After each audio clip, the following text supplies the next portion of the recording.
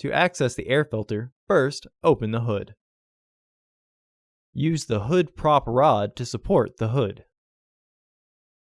The air filter is located here. Disengage the fasteners. Pull the housing back towards you to disengage the tabs from their catch. Then lift the housing and remove the old filter.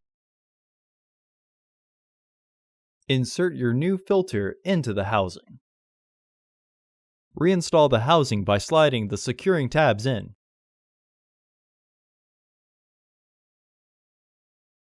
Re-engage the fasteners. Remove the hood prop rod and close the hood.